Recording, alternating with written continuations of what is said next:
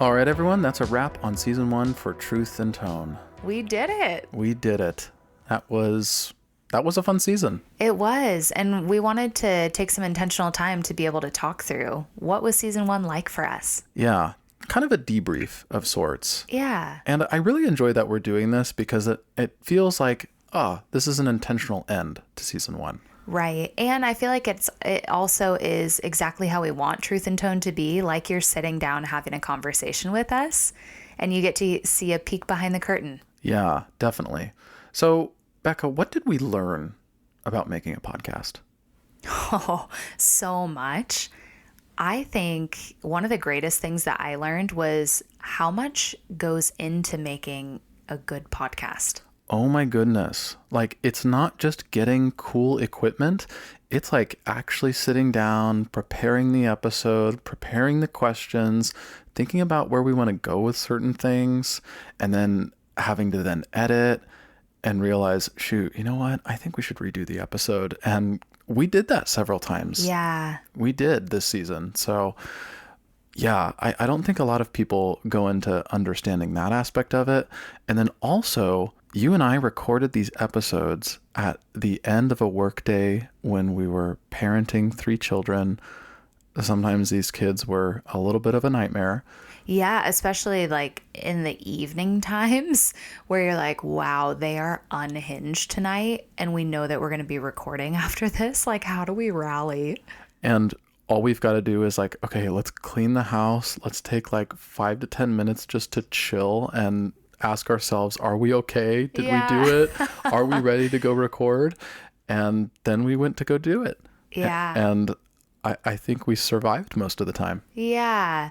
Well, and I think that's something that I'll always look back on with this first season. I'm so glad we did it because for you and I feel like a phrase that kept coming to mind for me was like, don't let perfection be the enemy of good enough. Okay. Knowing that we had talked about wanting to do a podcast for a couple of years, but I mean, for so many different reasons, it wasn't the right time.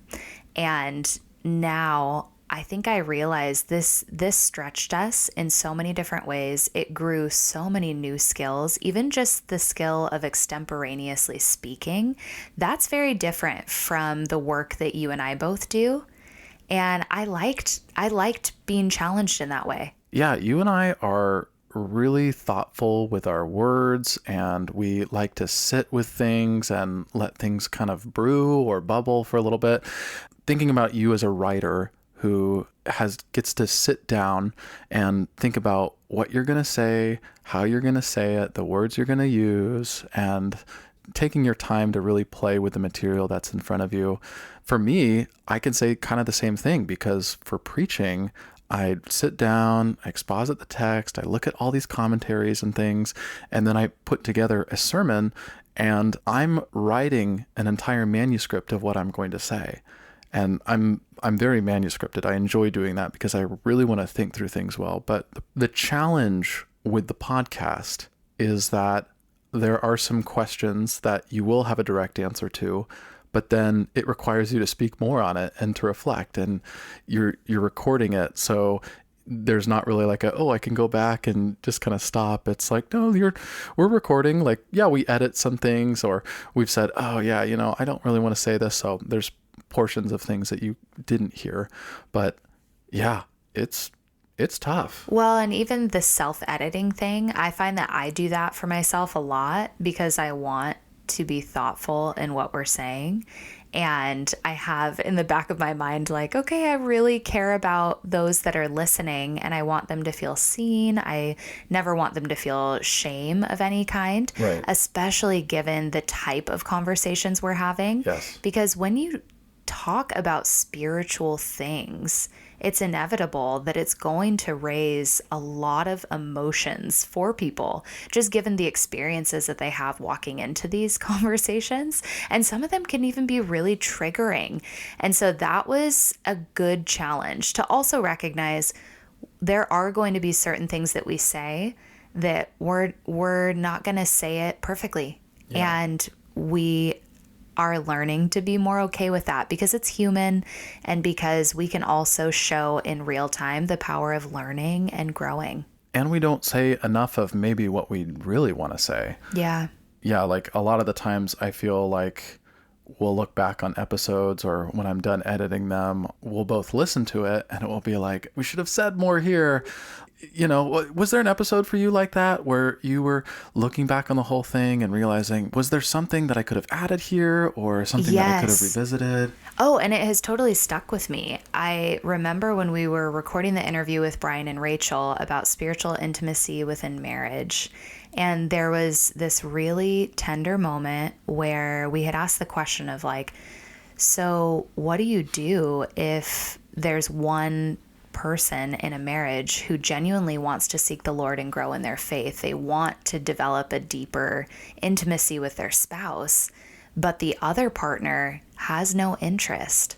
And I appreciated that Brian and Rachel were like, unfortunately, we can't tie this up with a pretty bow. You're not going to like this answer, but a lot of the times it ends in heartbreak. Yeah. And there's not much you can do. And I wish we would have sat with that a little bit longer. And I think that's one of those areas where you and I are growing in real time as interviewers, even. Right, definitely. Yeah, that was one of the first interviews we did, and I remember we were both looking at each other like, ask question 4, ask question 3. Like we were like both like hand signaling to each other. Like about under how to the do it. table, so Brian and Rachel don't feel like, what are they doing right now with all these Yeah. hand symbols? Oh my goodness. Yeah, I'm kind of glad we don't have video for season 1. Yes. Yeah, maybe that's something we do in the future. Yeah. But yeah, we're still growing and learning in that. Yeah. I mean, was there something for you that you're like, oh, yeah, this episode in particular, I really wish I would have added this in? Oh yeah, for sure. I mean, I was the one editing and listening to all of them, so I was like, oh, I wish I could go back and maybe expand on this point a little bit more, or say this a little differently. But when I was re-looking at the AI episode, I was really thinking about, okay, how do I expand on this more? Like, I really feel like we could have said a lot more there. And AI is in all these different places. It's now in music. It's attached to a lot of apps you have. It's within the Bible software that I use. And Really? I yeah, didn't know that. it's really convenient. So it's almost like a research assistant? It is, yeah. And Okay. that's been really, really nice to just kind of enter in, like, I'm writing a sermon about pride. Please, like, give me all the things I need to know. And it will pop up with all these different things. And Wow. then insights from different authors that have the commentary within its memory. So, yeah, pretty amazing. And it makes you think about, like, wow, that's like super convenient. But then, like, hey, is there any drawbacks to using this specifically? Is this training your research muscles? I got a degree from Western Seminary in research, and I've thought to myself, is this good to use? You know? Yeah. Or Like, will it atrophy? yeah, will my mental muscles atrophy from knowing how to research or asking questions or learning to search? Even participating in that labor of research does something to my soul. And Yeah. am I missing out on it if I'm trading that experience for convenience?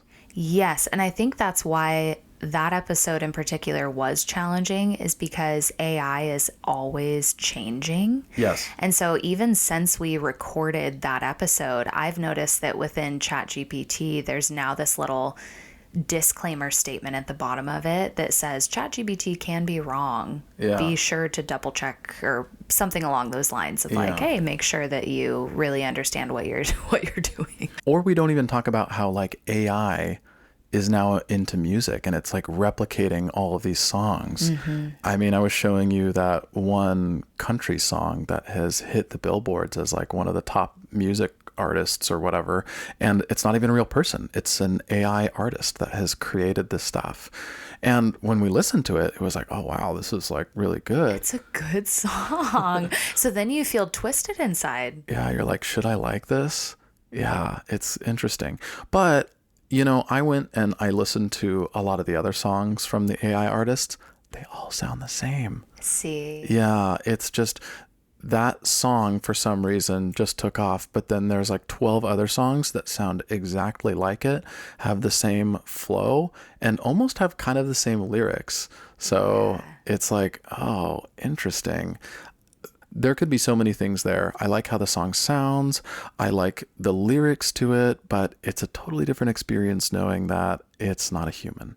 Yes. Yeah. See, and this is where we'll probably end up needing to revisit this conversation in the future. Absolutely. Which will be cool to be able to even look back on season 1 and be like, oh, look how much it's changed just over whatever amount of time passes. Yeah. Yeah. I definitely think we'll have to dog ear those conversations and come back to them in season 2. Maybe we can have like a expanded AI, or when couples are at a different spot in their marriage spiritually. Yeah. Those would be some good conversations to have. Yes. Yeah. So one question I want to ask you is, what idea, insight, or moment from season 1 has stayed with you the longest?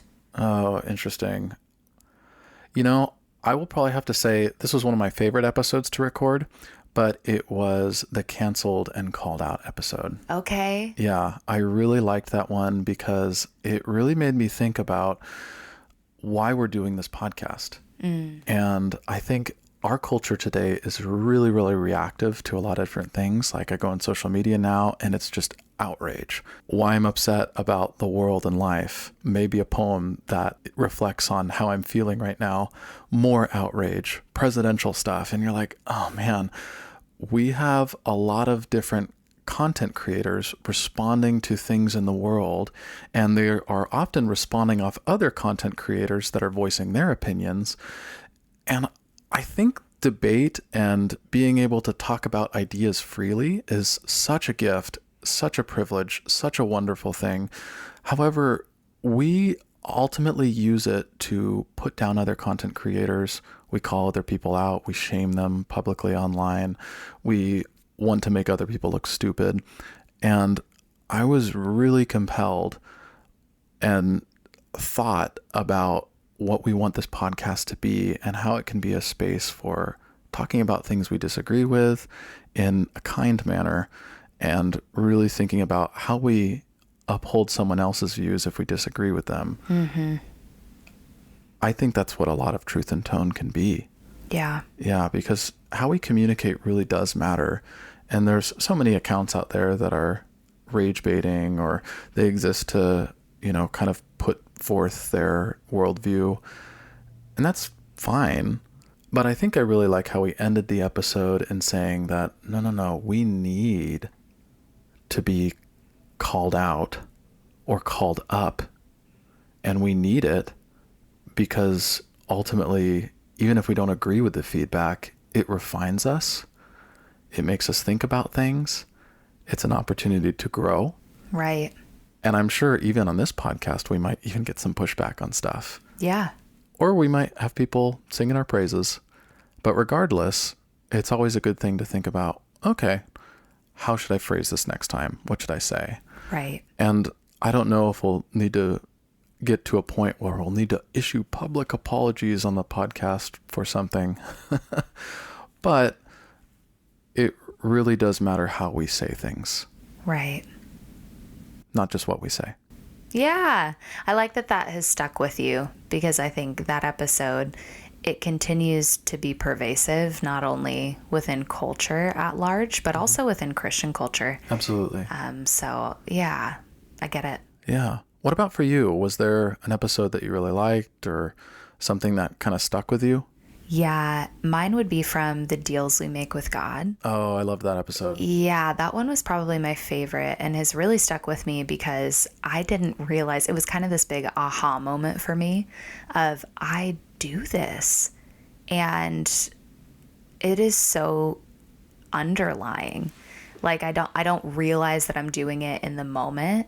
And ever since that episode, I've been able to catch it more regularly, which I think has been good, because then I'm able to check myself and be like, wait a second, that's not great theology right there. I think it already assumes that God's holding out on us. Yeah. And it makes us think that, oh, I've got to be on my best behavior, or I've got to do all the right things in order to get God to like me. Right. Well, and I'm starting to notice other people saying it all the time. Yeah. And I actually heard, who was it? I think it was Jen Wilkin was talking about some other sort of concept.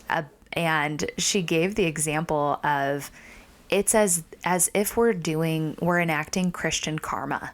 Oh, yeah. And Yeah. I love how she said that, because I was like, bingo. That's exactly like the deals we make with God. Yeah. Where we're kind of like, if we put forth good thoughts and good prayers, and if we follow all these rules, then we're a good person, and so God will bless us. Right. So so that one has really stuck with me, and I continue to think about it.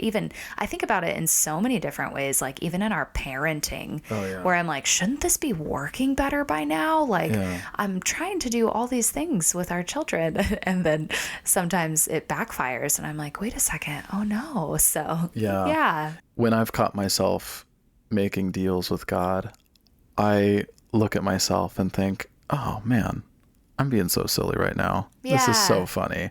And so it's really been kind of nice to catch ourselves in this moment and to realize, oh, I'm being so silly. This isn't how God works. Yeah.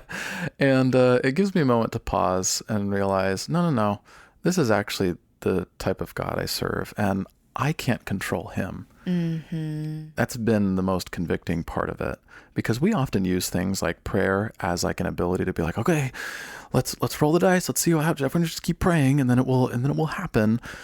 And it might not, and it might not. I've learned in this process of the deals we make with God that prayer changes us a lot of the times. Yeah. And a lot of the times we ask ourselves, well, yeah, prayer changes outcomes. It certainly can. Prayer gets God to move. It certainly can. But do we recognize how much prayer changes who we are and our posture and our attitude and our hearts? That's, I think, the miracle. Yeah, that is the miracle. Yeah. So, Bekah, let me ask you this. What do you hope to do differently or more intentionally next season? Okay, I really like this question because it makes me reflect on season 1 as a whole. And one of the things that I liked about it was a lot of the times you and I would kind of just have a topic that came to mind based off of something we were reading or we listened to, or we were in a conversation with somebody, and then we would kind of run it past each other and say, what do you think about this? Do you think there's enough conversational content for us to be able to talk through together? Do you like it? And then we would record. We would like plan it and then record it. And it was really cool to see which episodes we ended up saying, okay, this one made the cut. Let's go ahead and package it within season 1. But I would love to challenge ourselves for the next season and try to have more of like a narrative arc and a better flow to the season. So each episode almost builds upon the next in a way. Right. Where it feels a little bit more cohesive and less like, oh, that's a really cool topic, but it's so random. Yeah, like season 2 could be all about spiritual intimacy within marriage and like expanding on some of those topics. Yes. Yeah, and we could have a narrative that works within it. Like you said, it might be better for us to plan things out or do some research because it's not so much random or like a smorgasbord of ideas, but more so like a focused story that we could craft. Yeah. And you know what? I loved the 2 interviews that we did, and I could see us wanting to do more interviews in the future as well. Yeah, totally. I can think of a number of people that we could invite on the show, and it would be really, really fun to hear from them. Agreed. Yeah. What about for you? I think if there's something I would like to add for next season, it would be to integrate more theology. Okay. I felt like this season I was holding back a little bit. And it's because a lot of the times as a pastor, I feel like I can't show that a lot because I don't want to intimidate people. I don't want to come across as prideful or arrogant.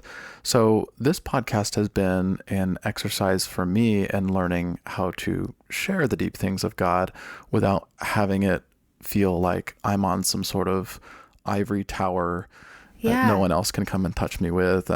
And I want this stuff to be accessible to everybody and to have people feel like they can participate within learning, but I don't want it to be intimidating for people who don't understand Greek or Hebrew to feel like, oh, well, I'm not in that club.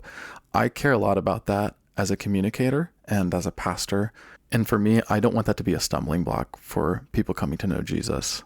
So I love that, especially because at the very beginning, when you were sharing your heart for wanting to lean into that calling of being a pastor theologian, Right. I think it's very earnest in what you're saying of like, I want to approach it with wisdom and to never have somebody feel like, oh, he just lost me. Yeah. But to recognize like, this is, you studied for so many years, and to be able to share that in a way that invites people in, I think that's going to be really cool just to see you continue to lean into that. I feel like if we have that story arc for next season, it'll be easier to kind of research instead Yeah. of just like kind of last minute pulling facts from places. Because, yeah, it would be kind of interesting to see, okay, well, what does this church father say about marriage, and how do these theologians think about this certain passage that we're going to be talking about together? So, yeah, a little bit more of that. I think I would like to integrate more theology next season. That would be a lot of fun. But, we're still getting our feet wet. We're still learning how to do this. And I'm excited for what even we learn next season. Me too. So, on that note, when talking about season 2, Bekah, what's next for us? Yeah, so we're going to be taking a short break before releasing the next season. But if you have ideas for future topics, we genuinely would love to hear from you. You can visit our website linked in the show notes and reach out to us there. And you've also heard us mention at the end of each episode how much it would mean if you'd subscribe to the show and leave a review. Now, the reason why this matters is because those small actions increase visibility, which means these conversations are more likely to reach others who are longing for conversations like these. So it's both a meaningful and practical way of helping this work extend beyond our own circles, and it also just helps support what we're doing here. So from both of us, thank you for listening and for walking with us through this first season. We are very excited and hopeful for what is to come. So until next time, keep walking faithfully.